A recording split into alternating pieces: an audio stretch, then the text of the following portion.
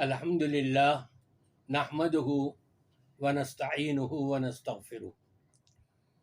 سامعین کرام، رب تبارک و تعالیٰ کی جتنی بھی تعریفیں کی جائیں کم ہیں، اور نبی پاک صلی اللہ علیہ وسلم پر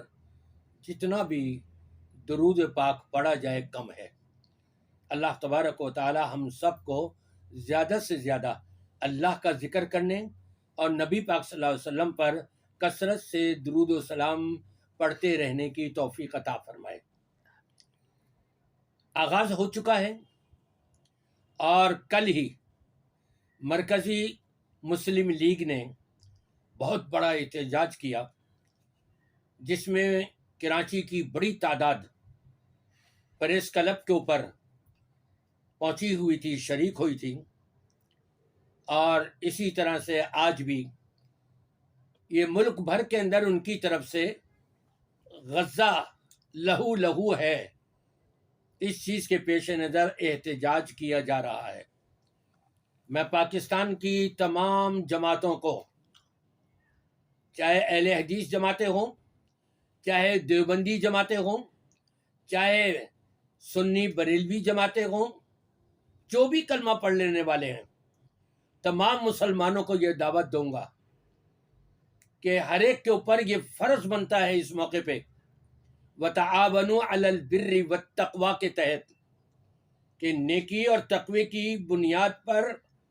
تم ایک دوسرے کا تعاون کرو۔ اس وقت غزہ میں مسلمانوں کو جس انداز سے کچلا جا رہا ہے، اس کے ساتھ ہمدردی ہماری ہر طور پہ ہونی چاہیے۔ پہلے نمبر پر ہم اللہ تبارک و تعالیٰ کی بارگاہ میں گریہ وزاری، عاجزی اور انکساری کرتے ہوئے دل کی گہرائی سے یکسوئی کے ساتھ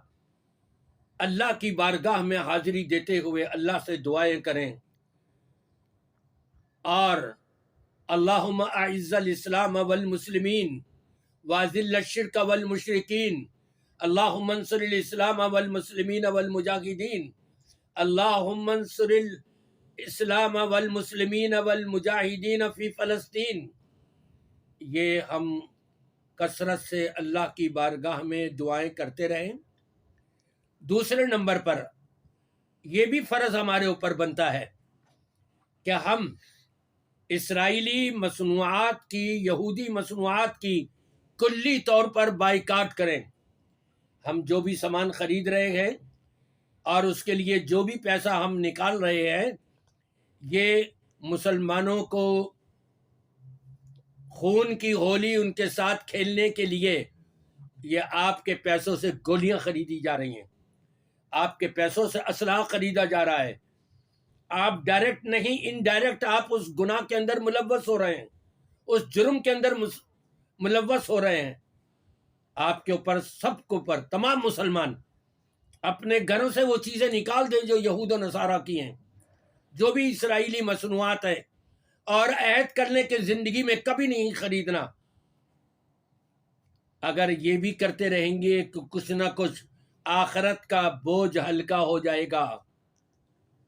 تیسرے نمبر پر، بلکہ وہ چیز پہلے نمبر پر ہے، یہ تیسری والی، کہ ہم اپنے جیبوں کو منہ کھول کر فلسطینی مسلمانوں کے لیے، بچوں کے لیے، بیواؤں کے لیے، بوڑھوں کے لیے، جو بھی وہاں پر اس کنڈیشن میں ہیں، گھروں سے بے گھر ہوئے ہوئے ہیں، ان کی مدد کرنا، ان کی ہیلپ کرنا، ان کے ساتھ تعاون کرنا، یہ ہمارے اوپر فرض بنتا ہے۔ ہم اگرچہ وہاں نہیں جا سکتے، لیکن کم از کم ان کی معاونت تو کریں، کم از کم یہ یہود و نصارہ کی مصنوعات کا بائیکاٹ تو کریں، کم از کم ہم اللہ تبارک و تعالیٰ کی بارگاہ میں حاضری دیتے ہوئے اپنے ہاتھوں کو اٹھا کر، اپنے آنسو گرا کر اللہ کی بارگاہ میں ان کے حق میں دعائیں تو کریں۔ اور پھر میں تمام جماعتوں کو دعوت دوں گا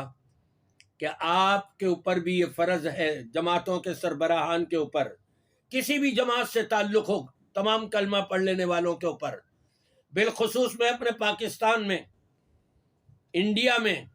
بنگلہ دیش میں اور عرب کنٹریز میں۔ وہ علیحدہ بات ہے کہ عرب کنٹریز والے اس طرف